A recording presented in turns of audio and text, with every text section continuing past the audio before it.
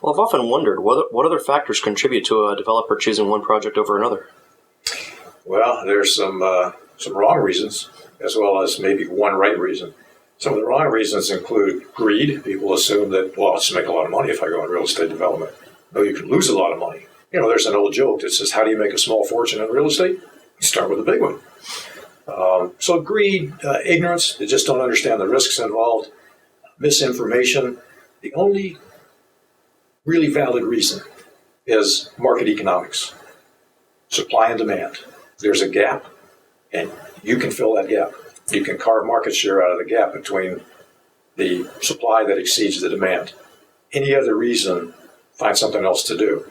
For God's sake, never fall in love with a project. I've seen more people get excited about something like mixed use. Oh, mixed use is sexy because you get to do a little bit of everything. Oh, I can't possibly get bored with mixed use because there's so much going on. They put it in the wrong place, or they have the wrong mix of uses. And they lose their shirts, and so do their investors, and the banks get unhappy because they have to come back in and take it over. Always operate off sound, clear market logic.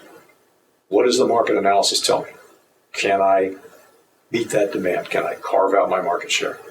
Even if it's something, I don't want to build apartments, but if that's where the market is, I can learn to love apartments. Well, then how do I spot the markets that are emerging before the other developers do? Well, it's kind of a funny thing. We all seem to, those of us that try to stay on our toes, kind of spot them at the same time. But usually the market's big enough that it can accommodate us. But you won't spot any trends unless you make it a part of your work habit to constantly study the data, because the data will tell you where things are going. So I could recommend a couple of things. Be well read. If you join an organization like ULI, read that magazine, go to their meetings, talk to the fellow members, be actively involved with your fellow developers. Frankly, I like the Wall Street Journal. I read it every day. Some people will say, yeah, but they're too right-wing for their tastes. Well, not for mine, but if they are, just don't read the opinions. They get 2 pages of opinions. Don't read it, but read the news, because the news is very up-to-date and valid, and they come out with a property report every Wednesday. Tells you an awful lot about this industry. I would strongly suggest that between the networking and studying the emerging trends from the news, that you begin to see over time certain things reemerge, again and again and again. And after a while you say, you know what, there's a trend developing here. One of the important things when you're talking about emerging trends and spotting emergency trends is to look at who your market is and really understand them. For example, let's assume that we're a few years down the road in your career. You now have your own company, and you're building housing, apartment houses, or maybe for sale houses for your generation, which, judging from your age, is Generation Y. Well, who knows Generation Y better than you do? Only other Generation Y people. What do you guys like? You can look at your generation, and you can pick out distinguishing characteristics. The same things you like are pretty much the same things they like. And use that to your advantage. When you start to get interested in a certain subject, that might be the sign that there's a trend emerging in that direction. So I would rely on my own instincts, too, to a certain extent. Is there any particular area of competence that you believe is most critical for a developer?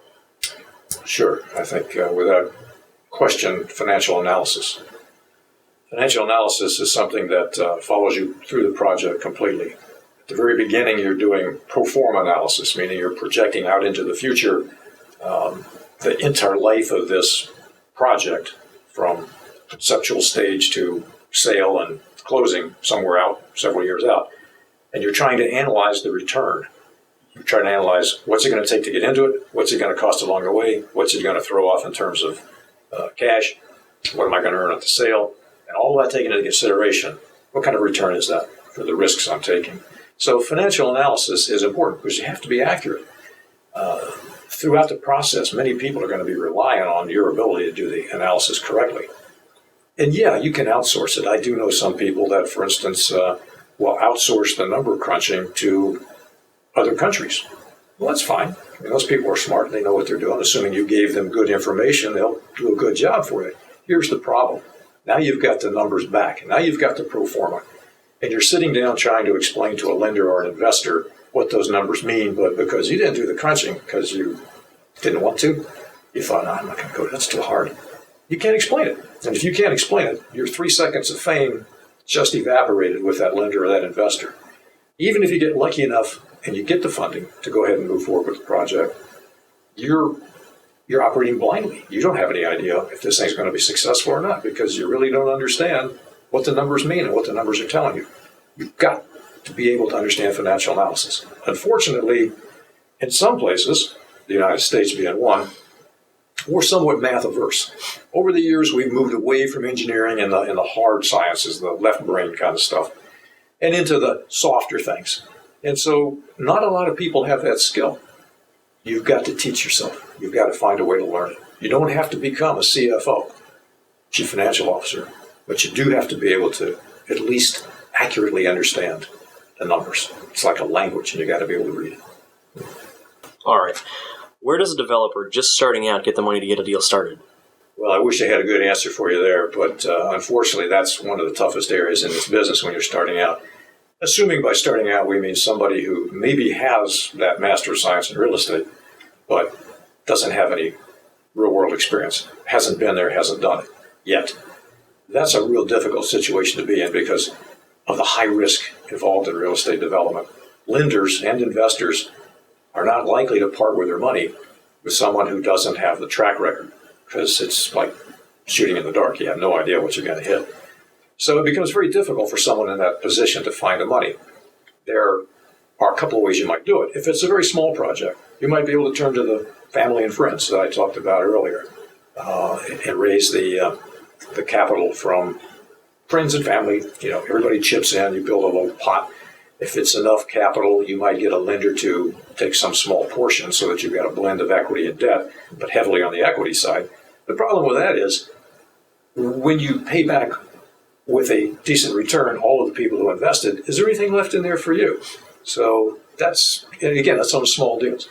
On larger deals, you probably have to think about associating someone who is a developer or an entity that's been in the development business for a while, that has a reputation, has actually done projects successfully that the lender and the investors have confidence in, but there's a price tag. You know, you're going to have to cut them in on the deal. But you don't have to cut them in for the rest of your life. You just have to cut them in at the beginning until you can build a track record on your own. That's really the only two ways to do it on your own. There's a third possibility, and that is that you start your career out by associating yourself with a development company, just like you've done. When you're here working with us, you're getting valuable experience. In 3 to 5 years, I don't really want to see you leave, but if you're motivated to do that, in 3 to 5 years, you have met all the consultants, you know who the lenders are, you understand how the deals are done, you have connections down with county staff. You're not an unknown entity. People can say, well, you know, he's got something of a track record. He did this project and this project and this project for the company he was with. And at that point, if you have a strong desire to go out on your own, you're probably ready.